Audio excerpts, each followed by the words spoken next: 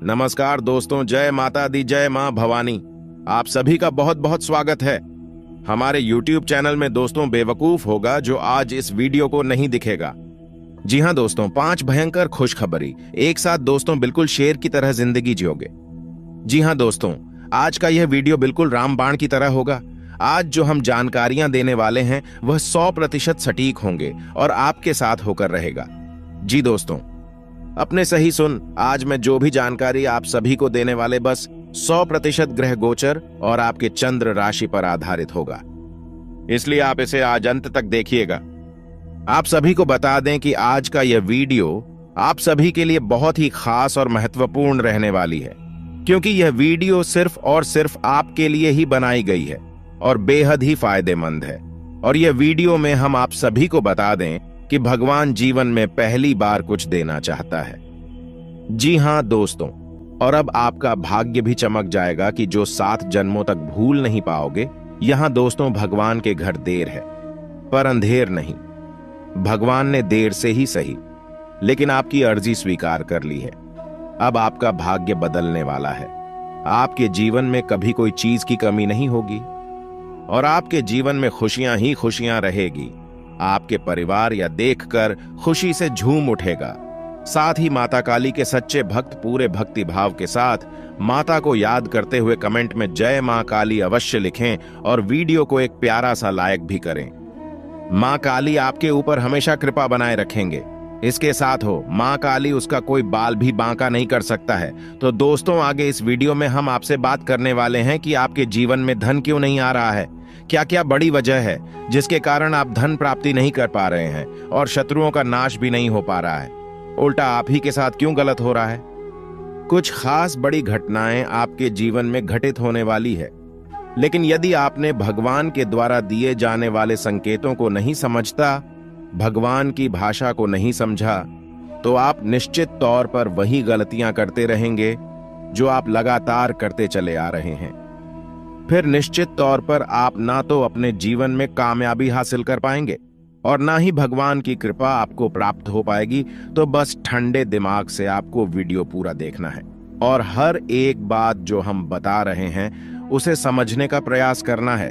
तो चलिए दोस्तों, बिना समय गंवाए आज के इस वीडियो को प्रारंभ करते हैं और बताते हैं कि क्या फैसला है जो भगवान ने आपके लिए लिया है और आपको कौन सी सावधानियां का विशेष ध्यान रखना चाहिए। जीवन में कौन से कार्य जरूरी है, उन्हें सबसे पहले करना है। उन्हें भूलकर भी आलस नहीं करना है और जो काम जरूरी कार्य में आप आदेश कर भी सकते हैं। दोस्तों, विचारशील बनेंगे तो ही आप इस कमी से दूर हो पाएंगे। कोई आपको नहीं बताया, ये बात हम बता रहे हैं क्योंकि कोई भी सीधे तौर पर आपसी दुश्मनी नहीं लेना चाहता है कि आपका क्रोध, आपका गुस्सा बहुत खतरनाक है। जी हां दोस्तों, और आपकी यह बहुत बड़ी कमी है कि आप सीधे तौर पर अपनी आलोचना सहन नहीं कर पाते हैं, इसलिए लोग आपको सत्य बताने से भी काटने लगते हैं। तो एक यह जरूरी काम है, इसको भी आपको करना है। अब सुनिए, एक सबसे महत्वपूर्ण बात की दोस्तों, आपके अंदर एक ऐसी अच्छी बात है, यह बड़ी बात नहीं है, लेकिन इसमें कहीं ना कहीं आपके जीवन में नकारात्मकता शामिल हो जाती है। तो ध्यान से सुनिए कि आपकी एक बड़ी आदत क्या है कि आपके अंदर छल कपट की भावना नहीं है। आप झूठ को सहन नहीं कर पाते हैं और अब बात सीधे तौर पर लोगों के सामने रख देते हैं, यानी सत्य का साथ देते हैं और सीधे तौर पर अपनी बात लोगों के सामने रख देते हैं। अब इससे होता यह है कि लोग आपसे बहस करने पर उतारू हो जाती है और आपकी सही बात का भी गलत मतलब निकालने लगते हैं, क्योंकि आप इतने सीधे तौर पर बात बोलते हैं। घूमने फिर आने की आपकी आदत नहीं है, सीधे सीधे आप बात बोल देते हैं, फिर चाहे किसी को बुरी लगे या अच्छी लगी। तो ऐसी में कई बार ऐसा होता है कि आप बहसबाजी को आमंत्रण दे देते हैं, लोगों के साथ में पड़ जाते हैं और वह बहस कई बार इतनी बढ़ जाती है कि आपके रिश्तों में भी खटास आ जाती है और आपके जीवन में भी नकारात्मकता आ जाती है। कभी कभी तो बहस इस हद तक चली जाती है कि वह इस झगड़े का रूप भी ले लेती है। यहां पर आप थोड़ा सा चतुराई से काम लेना सीखना होगा। ज्यादा सीधेपन से भी काम नहीं चलता है और आपके मन में सत्यता है, आप उसे बनाकर रखी है, लेकिन दुनिया में उसे सत्यता का प्रदर्शन करने की कोई आवश्यकता नहीं है। आपको किसी से बहस नहीं करनी है। कोई झूठ बोल रहा है, गलत काम कर रहा है, उसे करने दो, आप कोई मतलब नहीं है। दोस्तों, आप यदि उसे सुधारने में लग जाएंगे तो वह सुधरेगा तो नहीं, लेकिन आपके साथ पेश करेगा, झगड़ा करेगा और आपका भी जीवन, समय और दिमाग सब खराब कर देगा। तो यहां पर आपको थोड़ा सा सतर्क रहना है और कब लोगों से बात करते करते, चर्चा करते करते बीच में से हट जाना है, यह आपको समझना होगा। याद रखिए दोस्तों, इस जंगल में सबसे पहले पेड़ काटे जाते हैं जो एकदम सीधे होते हैं, तो थोड़ा सा तो कभी जीवन में आवश्यक है, थोड़ी सी टेढ़े मेढ़े भी बन जाइए। दोस्तों, इस समय की मांग है, दूसरों को हानि पहुंचाने के लिए नहीं, अपनी रक्षा करने के लिए। दोस्तों, यकीन मानिए, श्री कृष्ण ने भी तो मानव को यही संदेश दिया है कि जब काम सीधे तौर पर ना बने तो थोड़ा सा चतुराई का साथ देना चाहिए, चतुर बन जाना चाहिए। तो यह सारी बातें थीं कि आपको कहां कहां सुधार की आवश्यकता है। वैसे तो और भी बहुत सारी बातें हैं दोस्तों, लेकिन उन सबको करने लगे तो वीडियो बहुत लंबा हो जाएगा। तो जो जरूरी बातें थीं वह हमने आपको बता दी है। आप इन पर कार्य करिए, निश्चित तौर पर बदलाव आएंगे। अब हम आपको बता दें कि आपकी राशि चक्र की एकमात्र कैसी राशि है जो भगवान की बहुत अधिक प्रिय होती है। यह दोस्तों, हम अपने पिछले कई वीडियो में भी इस विषय पर आपको बता चुके हैं, संकेत दे चुके हैं, लेकिन अब हम आपको बताने जा रहे हैं कि कौन सी संकेत होते हैं, मुख्य संकेत होते हैं, जिनसे आपको यह पता लग जाएगा कि भगवान आपको बहुत अधिक प्रेम करते हैं। लेकिन उससे पहले आपको कुछ विशेष सावधानियां का ही ध्यान रखना चाहिए। आज का दिन आपका उतार चढ़ाव से भरा रहेगा। स्वास्थ्य को लेकर कुछ परेशान रह सकते हैं, व्यापार में नुकसान का सामना करना पड़ सकता है, विरोधी वर्ग सक्रिय होंगे, परिवार में आपसी मतभेद बढ़ सकते हैं, पत्नी से वाद विवाद हो सकता है, स्वास्थ्य में कुछ उतार चढ़ाव बना रहेगा, परिवार में मांगलिक कार्य के योग बनेंगे, व्यापार में आर्थिक स्थिति बिगड़ सकती है, किसी बात को लेकर परिवार में मतभेद की स्थिति निर्मित होगी। नौकरी करने वाले जातकों की बात करें तो कल आप अपने कार्य क्षेत्र में अपने मन को संयमित और नियंत्रित करके रखें, जिससे आप अपने मन को विलासिता की ओर आकर्षित न कर सके। अपनी पॉकेट देखकर अपने खर्च करें, पॉकेट से अधिक खर्च न करें, अन्यथा बाद में आपको पछताना पड़ सकता है। व्यापार करने वाले जातकों की बात करें तो व्यापारियों को कल धन के मामले में थोड़ा सा परेशान होना पड़ सकता है। आपका बैंक बैलेंस कुछ कम हो सकता है, इसीलिए आप लेन देन से संबंधित सभी मामलों में सावधानी बरतें, अन्यथा आपको कोई व्यक्ति धोखा भी दे सकता है और आपका पैसा धोखे से हड़प सकता है। कल युवा जातकों की बात करें तो युवा जातकों के ऊपर कल जिम्मेदारी का बोझ बहुत अधिक होगा।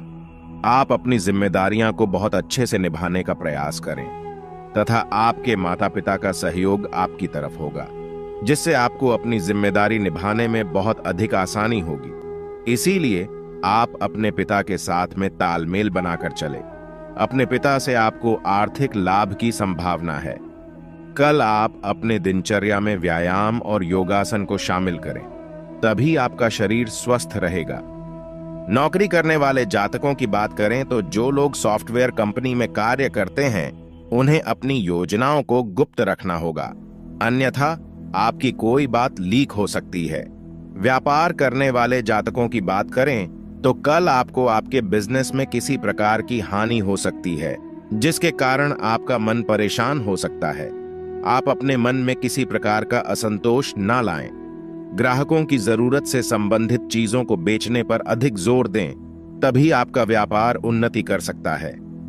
युवा जातकों की बात करें तो वह करियर को बनाने के लिए बहुत अधिक कठिन परिश्रम करें दोस्तों, तभी उन्हें सफलता की प्राप्ति हो सकती है। कठिन परिश्रम के बाद भी यदि फल ना मिले तो आप थोड़ा सा धैर्य रखें, किस्मत आपके साथ है। समय रहते आपके सभी कार्य बनते चले जाएंगे।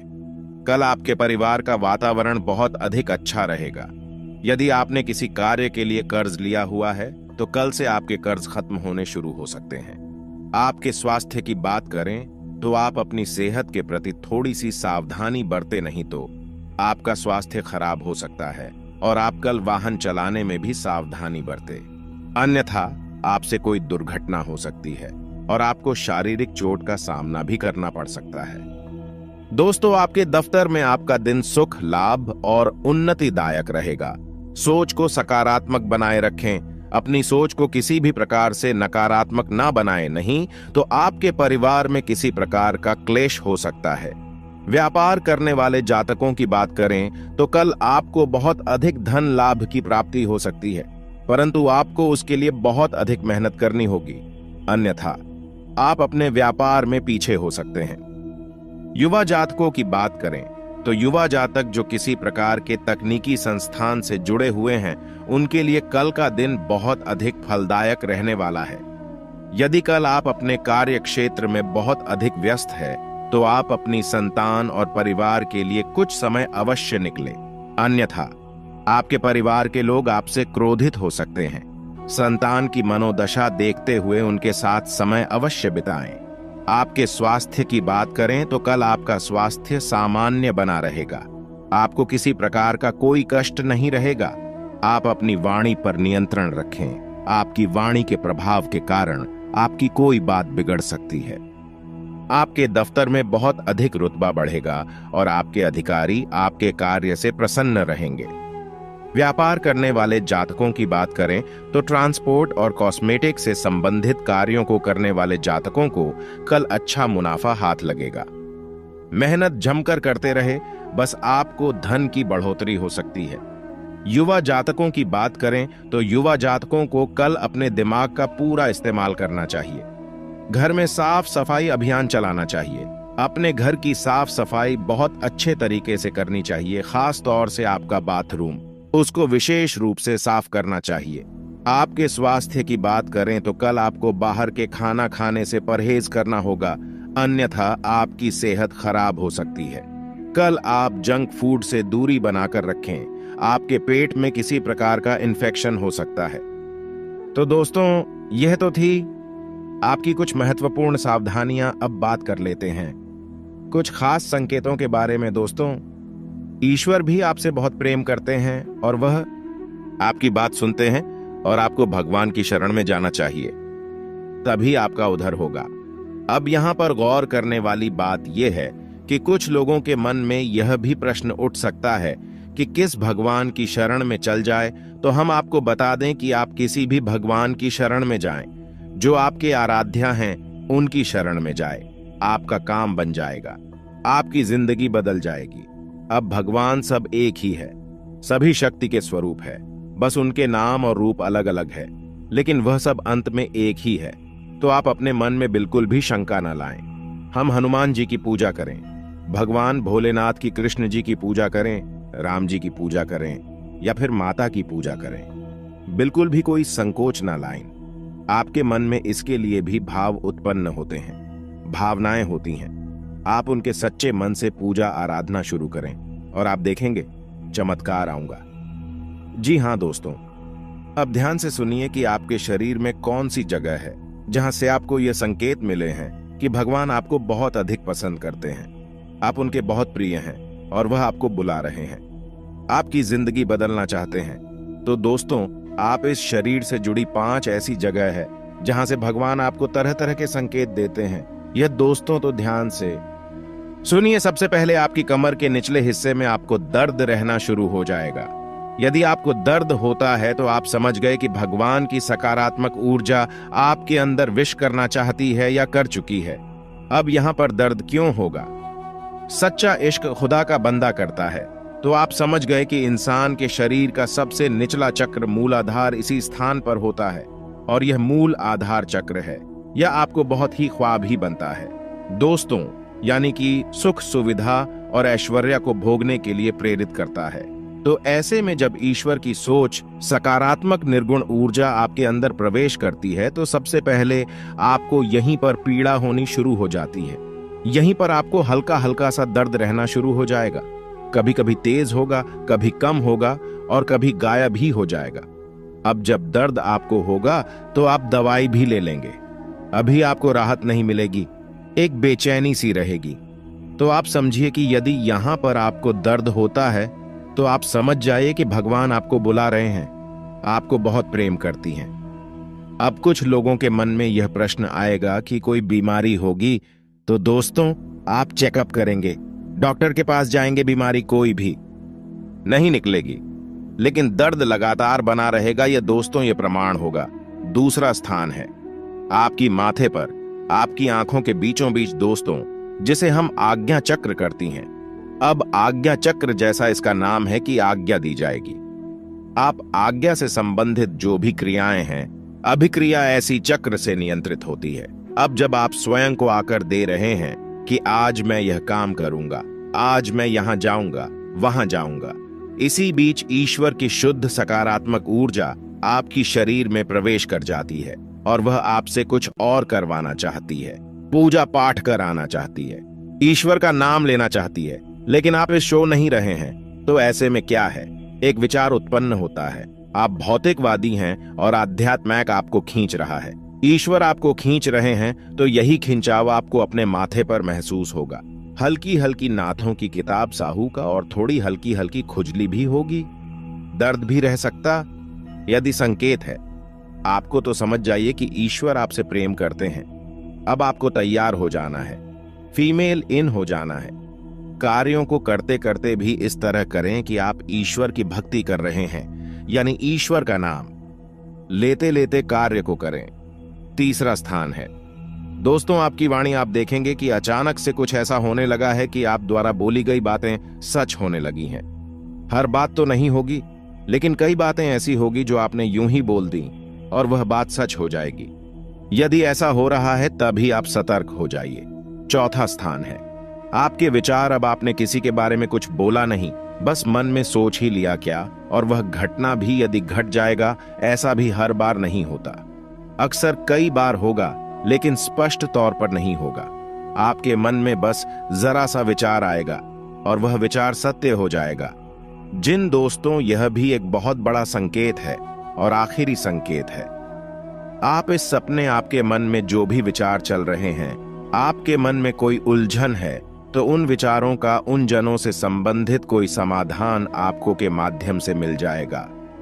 दोस्तों, जैसे आप कुछ ऐसी परेशानी में उलझे हुए हैं कि आपको कुछ समझ में नहीं आ रहा है, आप ईश्वर का नाम लेकर सोएंगे कि प्रभु हमें इस परेशानी से बाहर निकलिए, और सपना के माध्यम से आप कुछ ना कुछ ऐसा संकेत मिलेगा जिससे आपको समाधान मिल जाएगा, या फिर अपने के माध्यम से कई ऐसी भविष्य की घटनाएं आपको आभास कर देंगे जो होने वाली है, और आपको पहले ही उनका पूर्वाभास होने लगेगा।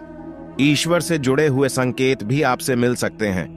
आप जिनको पूजा पाठ करते हैं, जो आपके आ रहे हैं, उनसे जुड़े हुए भी कुछ संकेत आपको मिल सकती है। यदि ऐसा कुछ हो रहा है तो आप समझ जाइए कि यह बहुत अच्छा समय है। जब आप ईश्वर से जुड़ेंगे, बस कुछ समझ में भी आ जाते हैं, तो आप समझ जाइए कि अब समय आ चुका है। सर में लीन होना है, धार्मिक होना है, पूरी तरह से नकारात्मक चीजों को त्याग दीजिए।